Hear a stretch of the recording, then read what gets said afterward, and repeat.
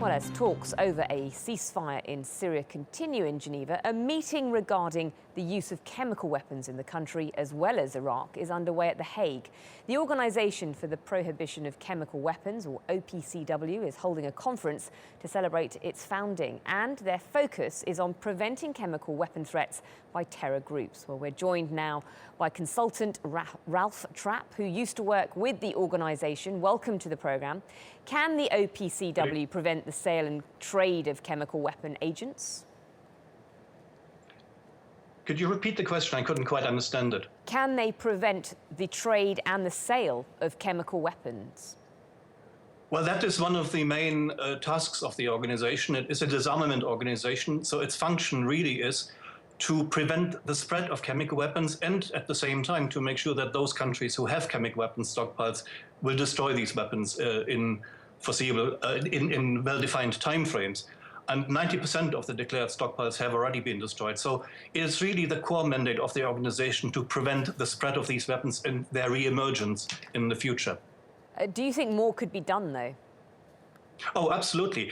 I mean, a lot of the task has already been realized. As I said, 90% or more of the declared weapons have been destroyed. But first of all, there's still a small number of countries that have not joined the Chemical Weapons Convention. They may have chemical weapons stockpiles and they would have to be destroyed in that case, and of course verified, first of all.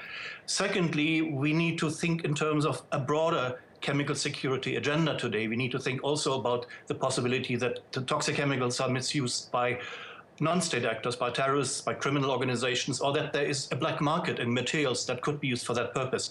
So it is important that countries take actions to prevent that, and the OPCW has a role to play in this regard.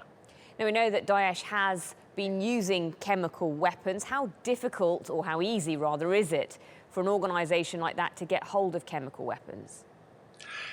It is probably not so difficult to get hold of some of the chemicals you need for that. Although many of the critical chemicals that we know from military programs of the past are in fact on control lists of the Chemical Weapons Convention, they are controlled by expert controls. So there are limitations as to how easy it is. But there are other industrial chemicals that could be used. It is more difficult, I think, to make an effective weapon for an organization such as Daesh. And so what we see at the moment are improvised devices. They are not as dangerous, not as effective as military weapons would be, but of course they do kill people. So there is a serious issue here. Does the OPCW know the capabilities of how many chemical weapons an organization like Daesh has?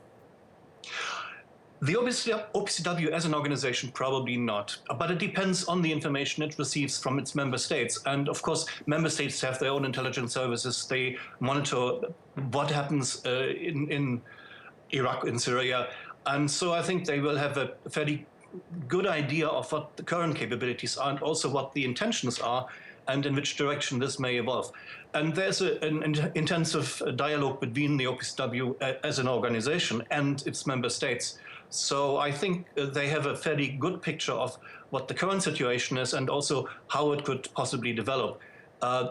For planning purposes and for issues such as preparedness for making sure that if things go wrong in the future, they can support member states, I think they will have a very good idea. OK, Ralf Trapp in Geneva, thank you so much for joining us here on TRT World.